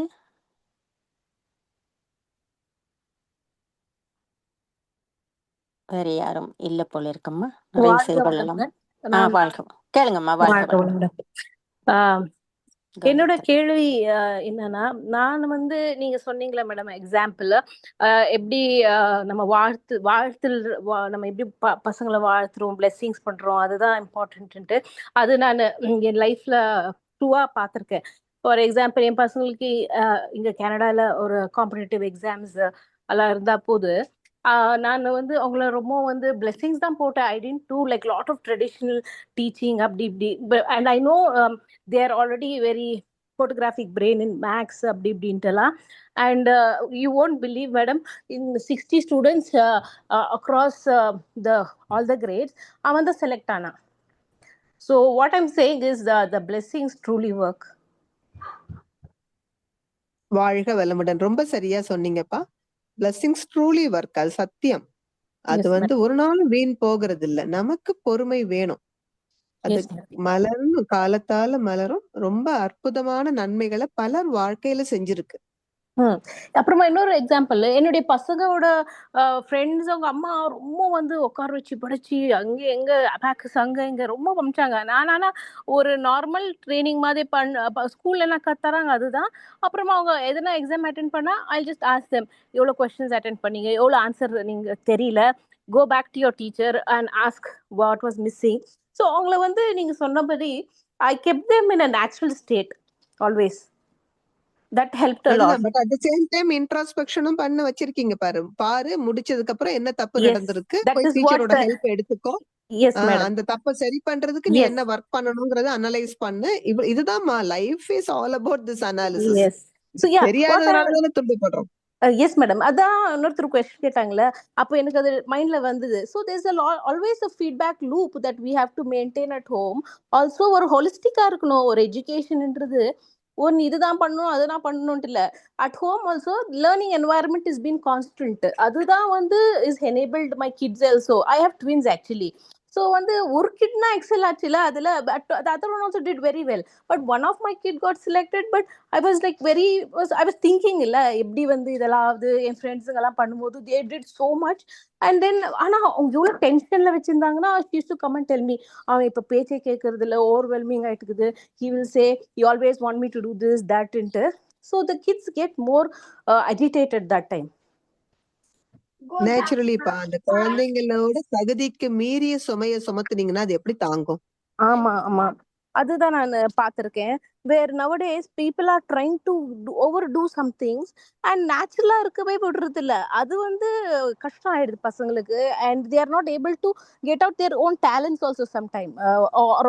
What their innate what to say பிளெஸிங்ஸோ அவங்களது என்ன இருக்கு அவங்களுடைய டேலண்ட் அது வெளியே வருது இல்லை. அது அப்படியே சப்ரஸ் ஆயிடுது சம்டைம்னு. நீங்க சொன்னீங்களா அது டாக்டர் எக்ஸாம்பிள், அவங்க சப்ரஸ் பண்ணிடுவாங்க அப்படிலாம் ஆச்சுன்னா. ஆக்சுவலா allow them to be kids அப்படின்னே சொல்றாங்க. நம்ம நீங்க குழந்தைங்களா இருக்கவே விடுறது இல்ல. எல்லாத்தையும் திணிச்சு எனக்கு உண்மையில ஒரு க்ளோஸ் ஃப்ரெண்ட், அவருக்கு ஆட்டிசம் அஃபெக்டட் சைல்டு. அவர் சொல்லுவாரு எல்லாம், நல்ல குழந்தைங்களை வச்சுட்டு உங்களுக்கு என்ஜாய் பண்ண தெரியல. நீ பாரு மேக்ஸ்ல சென்டம் வாங்குறது கோட்டை விட்டுட்டு வந்து நிக்கிறேன்னு கத்துறீங்க, அல்லது ஸ்போர்ட்ஸ்ல கோட்டை விட்டுட்டேன்னுட்டு. ஆனா வந்து எங்க வீட்டுல குழந்தைய பாருங்க, அது எப்போ எதை உடைக்கும்னே எங்களுக்கு தெரியாது. நாங்க பயந்து நடுங்கி இருக்கணும்.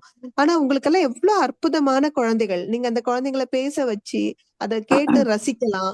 ஆனா அதெல்லாம் விட்டுட்டு திணிச்சுக்கிட்டே இருக்கீங்க அந்த குழந்தை மேல. இதை பண்ணு அதை பண்ணு, இங்க நிக்காத, அதை செய்யாத. என்ன உங்க டூஸ் அண்ட் டோன்ஸ் காணதா அந்த குழந்தை? அந்த குழந்தைகிட்ட இருக்கக்கூடிய அந்த இயல்பான ஒரு இது மலர்ந்து வெளிப்படுறதுக்கு வாய்ப்பே கொடுக்கறது இல்ல. அது ஒரு அறியாமைதான் மாறிட்டு வருதுப்பா. இப்ப உங்களை மாதிரி இருக்க நிறைய பேரண்ட்ஸ் இப்ப இந்த மாதிரி இருக்காங்க. அது ஒரு வெல்கமிங் நோட் நமக்கு. ஆக்சுவலி நீங்க நம்புறீங்க இல்ல மேடம், எனக்கு வந்து 12 இயர்ஸ்க்கு அப்புறம் தான் பசங்களே ஆனாங்க. at the age of 37 I had twins. So நான் வேதாத்ரியத்துக்கு பசங்க ஆகிறதுக்கு முன்னாலே சேர்ந்துட்டேன். at the age of 33 I joined. So எனக்கு இதெல்லாம் வச்சு எங்க குரு சொல்லுவாங்க, நீ மேனிஃபெஸ்ட் பண்ணிருக்க. இது நான் மேனிஃபெஸ்ட் பண்ணதுதான் நம்ம என்னுடைய ட்வின்ஸ். சோ நான் அந்த பிளெஸிங்ஸ்ல தான் நான் அவங்களை கொண்டு போகணும்ட்டு என்னுடைய லைஃப் கோலே. அருட்தந்தை அதை அழகா சொல்லுவாங்கப்பா. நீங்க வந்து பிஃபோர் மேரேஜ் வந்து காய்கல்பம் எல்லாம் எடுத்துக்கிட்டா, அல்லது பிஃபோர் கன்செப்ஷன்னா இந்த குழந்தைங்க பார்ன் ஜீனியஸா இருப்பாங்க. கருவில் ஆமா. திருவுடைய அது நானு குழந்தைகள். வந்து ரொம்ப யோசிப்பேன் அது. Blessings-உம் ஆமா. ஆமா அழகா நீங்க இன்னும் பிளஸிங்ஸும் கொடுத்து அதை மேனிஃபெஸ்ட் பண்ணியிருக்கீங்க. சோ ஆமா வாழ்த்துக்கள். வாழ்க ஆமா. வளமுடன். வாழ்க வளமுடன் madam. Thank you for giving opportunity to share madam. Thank you. Thank you. வாழ்க வாழ்க வளமுடன். வளமுடன். வாழ்க வளமுடன். வாழ்க வளமுடன். நம்ம நிறைவு செய்து கொள்ளலாமா அம்மா? வேற யாராவது? ஆமாங்கம்மா, நிச்சயமா. வாழ்க வளமுடன். ஐயா கிட்ட கேட்டுருங்க, ஒரு வார்த்தை நிறைவு செய்துக்கலாமா? ஏதாவது ஐயா அனௌன்ஸ்மெண்ட் இருக்கா? சரிங்க ஐயா. வாழ்க வளமுடன். மிக்க நன்றிகள். அருமையான ஒரு சிந்தனையுரை இன்றைக்கு எல்லோருக்கும் நிறைவாக இருந்த ஒரு தருணம். இப்பொழுது அம்மாவுக்கு நன்றி கூறும் விதமாக அனைவரும் துரிய நிலையிலிருந்து அம்மாவை வாழ்த்துவோம். பேராசிரியர் அருட்செல்வி அம்மா அவர்கள் வாழ்க வளமுடன். அம்மா அவர்களின் உடல் நலம், மனவளம், பொருளாதார வளம் வாழ்க வளமுடன். அம்மா அவர்களின் அன்பு குடும்பம் வாழ்க வளமுடன். அருட்செல்வி அம்மா அவர்களின் வேதாத்திரிய தொண்டு மேன்மேலும் சிறந்து ஓங்க வாழ்க வளமுடன்.